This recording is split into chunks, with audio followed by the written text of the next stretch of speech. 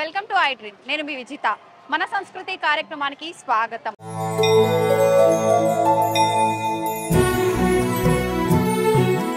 తెలంగాణ ప్రాంతం అంతా కూడా ఆషాఢ మాసం వచ్చిందంటే చాలు మామూలు హడావిడి ఉండదు, మామూలు సందడి ఉండదు. పోతురాజుల విన్యాసాలు, డప్పు చప్పుళ్ళు, బోనాల హంగామా, అసలు ఒక్కటేమిటి అంగరంగ వైభవంగా ఈ వైభవం అనేది కొనసాగుతూ ఉంటుంది. మొదటగా అమ్మవారికి గోల్కొండ బోనం సమర్పిస్తారు.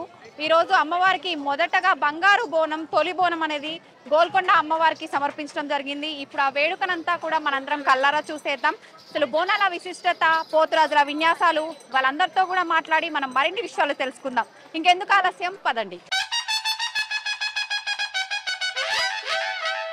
మా కోసం వచ్చేదివమ్మా, మము సల్లగా చూసేదివమ్మా, శివుని ముద్దు బిడ్డ నీ భక్తితో వెలుగుతుంది తెలంగాణ గడ్డ.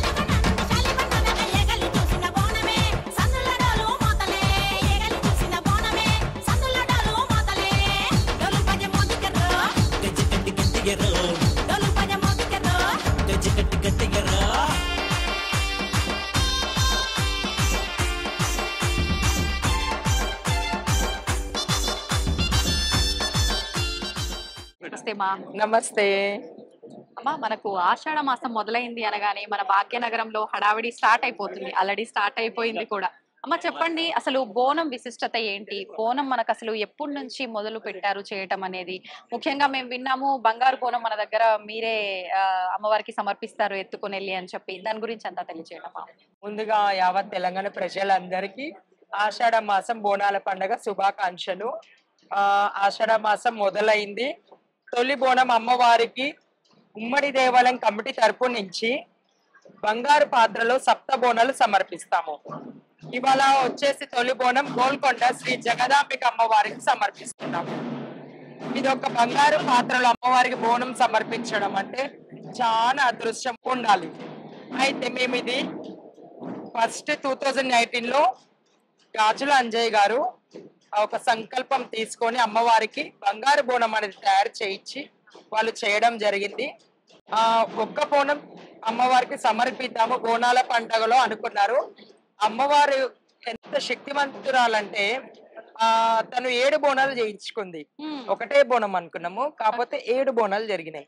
ఫస్ట్ బోనం వచ్చేసి గోల్కొండ జగదాంబిక అమ్మవారికి, అలాగే రెండో బోనం వచ్చేసి మన బల్కంపేట రేణుకెళ్ళమ్మ తల్లికి, మూడో బోనం వచ్చేసి ఉజ్జయిని మహంకాళికి, నాలుగో బోనం వచ్చేసి మన ఆంధ్ర రాష్ట్రంలో బెజవాడలో కనకదుర్గమ్మ తల్లి ఇంద్రకీలాద్రిలో, ఐదవ బోనం వచ్చేసి జూబ్లీల్స్ పెద్దమ్మ తల్లి, ఆరవ బోనం వచ్చేసి చార్మినార్ లో, ఏడవ బోనం వచ్చేసి మన టెంపుల్లో. లాస్ట్ ఆఖరి బోనం మనకు ఇక్కడ సమర్పించిన తర్వాత ఇంకా క్లోజ్ అమ్మా.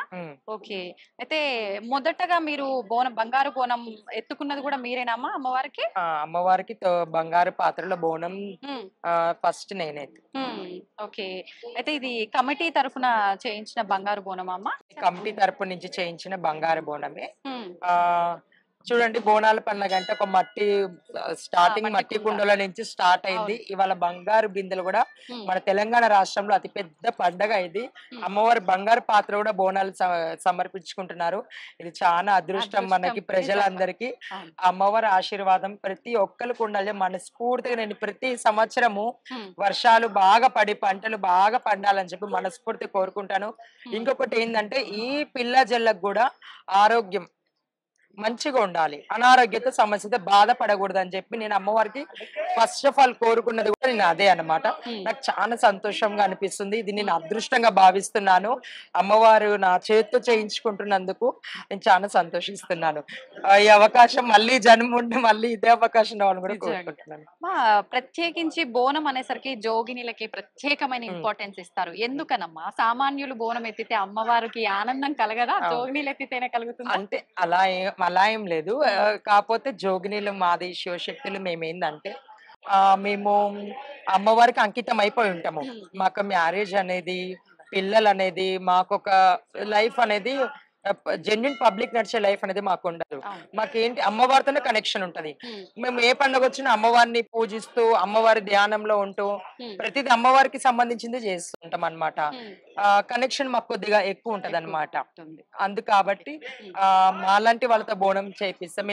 అలాగే మేము పూనకం ఊగుతూ అమ్మవారికి సంతోషంగా సమర్పిస్తుంటే ఆమెకు అదొక సంతోషం అనమాట. అందుకే కొద్దిగా శివశక్తిలో జోగినికి కొద్దిగా ఎక్కువ ప్రిఫరెన్స్ ఉంటది బోనాల్లో. బోనాలు అనేసరికి మనకు పోతురాజులు గుర్తొస్తుంటారు. ఏంటమ్మా అసలు పోతురాజులకి బోనంకి మన బోనాల పండగకి కనెక్షన్ ఏంటి? పోతరాజు అంటే అమ్మవారికి తమ్ముడు లాగా అనమాట. సొంత తమ్ముడు ఎలాగనో ప్రతి అమ్మవారికి పోతరాజు, పోతలింగన్న, ఊర్ల సైడ్ పోతలింగన్న అంటారు. కంపల్సరీ టెంపుల్ ముంగడ పోతలింగన్న ఉంటాడు. ఆ పోతరాజు అమ్మవారు మనం బోనం వెళ్ళేటప్పుడు పోతరాజు ఈరగోళ్ళతో పెద్ద పెద్ద జడలు వేసుకొని, పెద్ద పెద్ద నిమ్మకాయలు పెట్టుకొని, పెద్ద పెద్ద మీసాలు పెట్టుకొని భయంకరంగా అమ్మవారు గాలి ధూళి ఏదొచ్చిన అమ్మవారికి నైవేద్యంగా ఎంతో నిష్టగా మనం తీసుకెళ్తాము. ఎంతో అలాంటి నైవేద్యాన్ని ఎటువంటి గాలి ధూళి దుష్ట శక్తులు ఎటువంటివి ఆకంఠం చేయకుండా రాకుండా ఈరగోళ్ళతో ఇలా ఆడుకుంటా పాడుకుంటా సంతోషంగా అమ్మవారి బోనం వస్తుందని చెప్పి పోతరాజులు అమ్మవారు తీసుకెళ్లడం జరుగుతుంది. అమ్మవారికి ఒక రకంగా ఆట పాటలు నృత్యాలతో స్వాగతం. డోలు సప్పుళ్ళు మేళ తాళాలతో పోతరాజు విన్యాసాలతో పాలకాయలు అంటే కొబ్బరికాయలు, పాలకాయలు నిమ్మకాయలతోటి, మైసాజి గుగ్గిలం పొగలతోటి, పసుపు కుంకుమతోటి అమ్మవారు ఆనందంగా బోనాల పండుగ జరుపుకుంటూ వస్తుంది. ఓకే అమ్మ, ప్రత్యేకించి మనకు కుండతో చేసిన బోనాలే ఆనవాయితీగా ముందు నుంచి వస్తున్నాయి. ఇప్పుడు మనం చూస్తున్నాం బంగారు బోనం.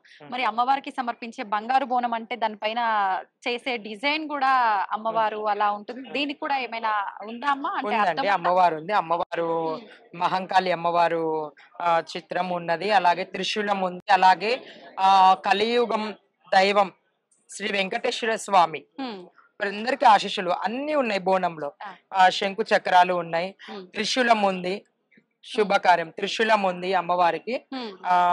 పైన ఎలా ఉందో సేమ్ కింద కూడా బోనానికి అలానే ఉంటాయి. ఎక్కడ బోనం ఎత్తారమ్మా? నేను మన తెలంగాణలో అలాగే ఆంధ్ర రాష్ట్రంలో పటాన్ చెరువు, సంగారెడ్డి, కరీంనగర్, కామారెడ్డి ప్రతి ఒక్క ఊర్లో నేను బోనాలు చేశానండి. మన సిటీలో ఆల్మోస్ట్ అన్ని దగ్గర కూడా బోనాలు చేశాను. ఓకే, బోనాలు అనేసరికి మన తెలంగాణలోనే ప్రసిద్ధి. చాలా మంది జోగినీలు మన సాంప్రదాయాన్ని వేరే ప్రాంతాలకు కూడా పరిచయం చేయాలని చెప్పి వేరే ప్రాంతాలకు వెళ్ళి బోనాలు ఎత్తుతూ ఉంటారు. అలా మీరు ఎక్కడైనా చేశారా, బోనం ఎత్తారా? అంటే నాకు 2017లో కాలిఫోర్నియా యుఎస్ లో నాకు ఇన్విటేషన్ వచ్చింది. కాకపోతే నాకు వాళ్ళు పంపించిన ఇన్విటేషన్ నాకు ఆ టైం అనుకూలంగా లేకుండా కొద్దిగా లాంగ్ జర్నీ కదా, దాని వల్ల కొద్దిగా ఆగిపోయాను. ఈ సంవత్సరం కూడా వాళ్ళు ట్రై చేస్తున్నారు నన్ను పిలవడానికి.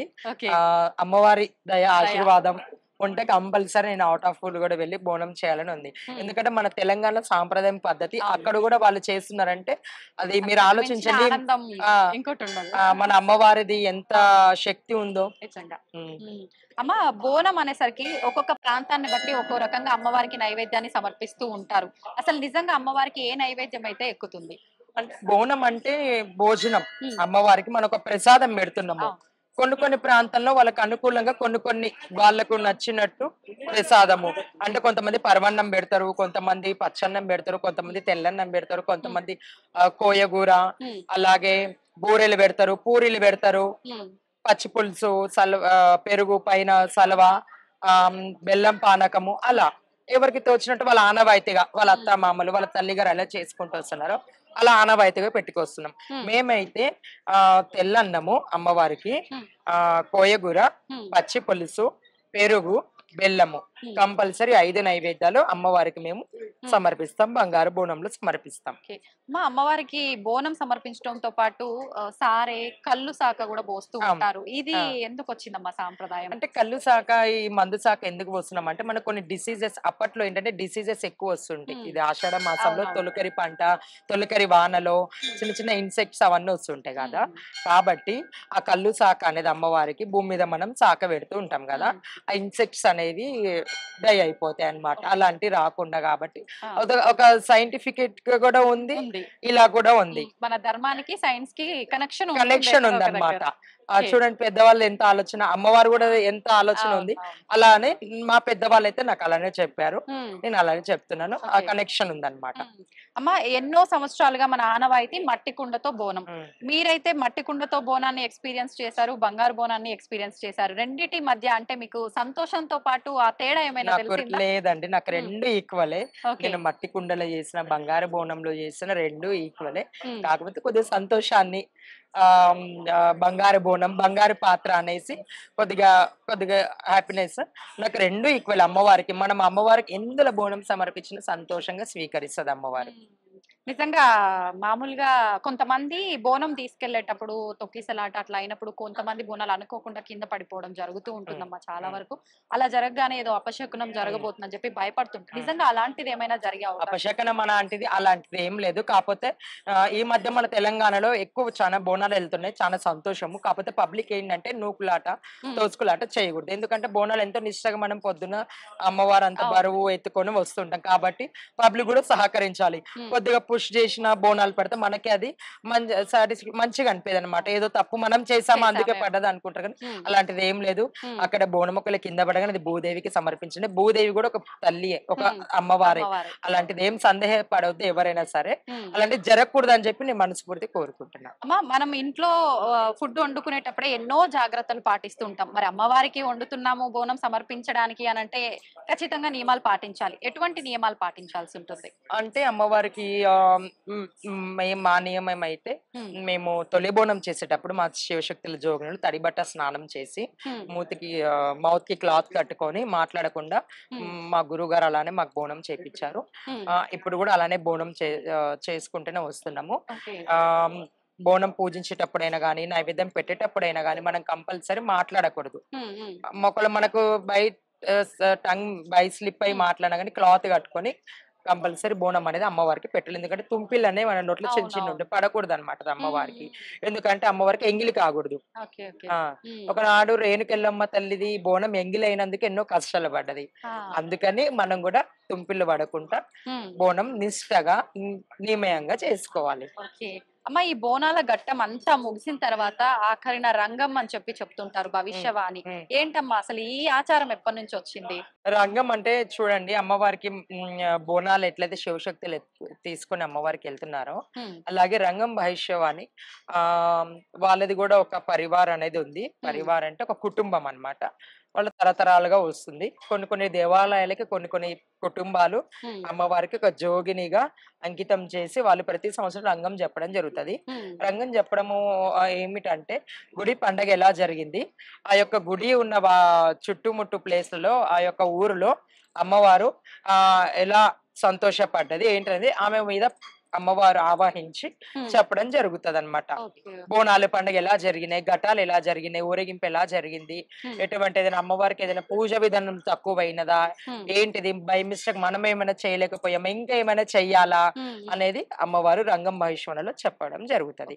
ఆ పచ్చి కుండ మీద నిలబడి చెప్పడం జరుగుతుంది. ఓకే, నిజంగా అమ్మవారు దయా మనకు అక్కడ తెలిసిపోతుందమ్మా. పచ్చి కుండ పైన ఉండి చెప్పడం అంటే చాలా కష్టంతో కూడుకున్నది. నిజంగా అమ్మవారి మహిమ అనేది అక్కడే తెలిసిపోతుంది మనకు కదా. బోనాల పండుగ గురించి మా అందరికి చాలా చక్కగా తెలియజేశారు. నిజంగా నార్మల్ పర్సన్స్ తో చెప్పేదానికి జోగినిల మాటలతో వినేదానికి నిజంగా చాలా తేడా ఉంటుంది. అమ్మ ఒక్కసారి మా ప్రేక్షకులకి ఏం చెప్పదలుచుకున్నారు మీరు బోనాల విశిష్టత గురించి అయితే ఏంటి, ఇంకేదైనా? తెలంగాణ ప్రజలందరికీ మరొకసారి ఆషాఢ మాసం బోనాల పండుగ శుభాకాంక్షలు. ప్రతి ఒక్క ఇంటి నుంచి అమ్మవారికి బోనం సమర్పించండి. అమ్మవారి ఆశీస్సులు మీకు ఎల్లప్పుడూ ఉంటాయని చెప్పి నేను మనస్ఫూర్తిగా కోరుకుంటున్నాను. ప్రతి పిల్ల జల్లకి ఆ తల్లి దీవెనలు అని చెప్పి మనస్ఫూర్తి కోరుకుంటున్నాను. మీకు కూడా మా తరఫు నుంచి ప్రేక్షకులందరి తరఫు నుంచి బోనాల పండుగ శుభాకాంక్షలమ్మా. ధన్యవాదాలు.